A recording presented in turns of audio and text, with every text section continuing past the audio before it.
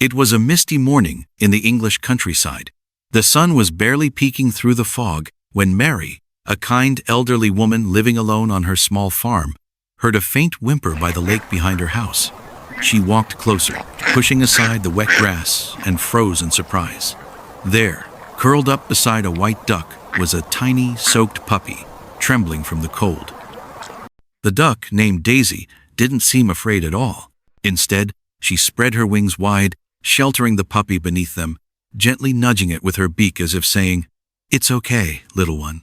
Mary chuckled softly. "Oh, Daisy, are you trying to be a mother again?" she whispered. When she tried to lift the puppy, Daisy quacked loudly, spreading her wings protectively. And that's how it began, a friendship no one could explain. The puppy stayed. Mary named him Buddy. From that day on, Buddy followed Daisy everywhere, to the pond, to the yard, even to her nest. The neighbors laughed. A duck raising a dog? Impossible. But whenever they saw Buddy cuddled under Daisy's wings, all they could do was smile. Weeks turned into months. Buddy grew strong, with golden fur and bright, loyal eyes. But unlike other dogs, he loved the water, swimming beside Daisy and her ducklings every morning. He became their silent guardian. When Daisy led her ducklings back to the coop, Buddy always walked behind them, making sure no one got lost. Mary would watch from her porch, smiling through tears. "It's amazing," she whispered. "Love really doesn't need words, or even the same species." Then, winter came. The pond froze over, and a fierce snowstorm swept through the countryside. One morning, Daisy slipped on the ice, her wing trapped under the frozen layer. Buddy barked desperately, scratching and biting at the ice. Hearing the noise, Mary rushed out and helped free Daisy. That night, Buddy wouldn't leave Daisy's side, keeping her warm under his thick fur. From then on, their bond was unbreakable.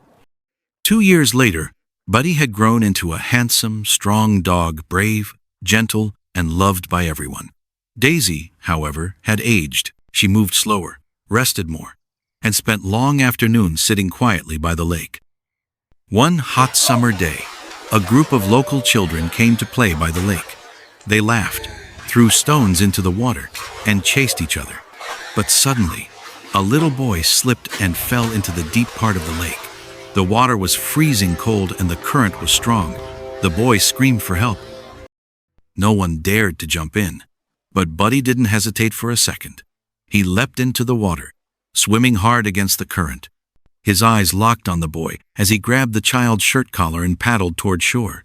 Daisy stood on the bank, flapping her wings and quacking wildly as if cheering him on. After a few tense moments, Buddy finally reached the shore, dragging the boy to safety. Everyone cheered, tears in their eyes. News spread quickly across town. "Dog raised by duck becomes hero," read the headlines.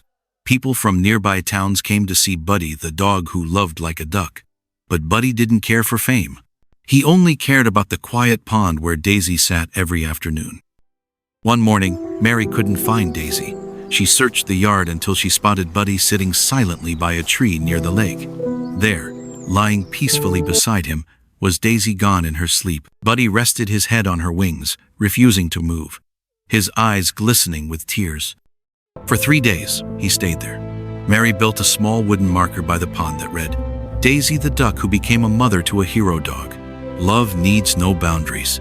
Every morning after that, Buddy would return to that same spot, lying by the water, watching the reflection of the sky as if waiting for her wings to appear again. Years passed, but the story of Daisy and Buddy lived on.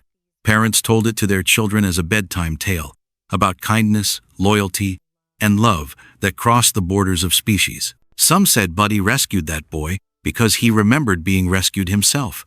Others believed Daisy never really left, that she still floated somewhere in the wind, whispering, "Good boy, Buddy." What do you think? Do animals truly feel love, gratitude, and family bonds the way humans do? Share your thoughts in the comments below. We'd love to hear your heart. Thank you for watching this story. If you want to see more stories about strange friendships between animals, please like and subscribe to SoulPaw Stories V. Goodbye, and see you again in our next story about unusual animal friendships.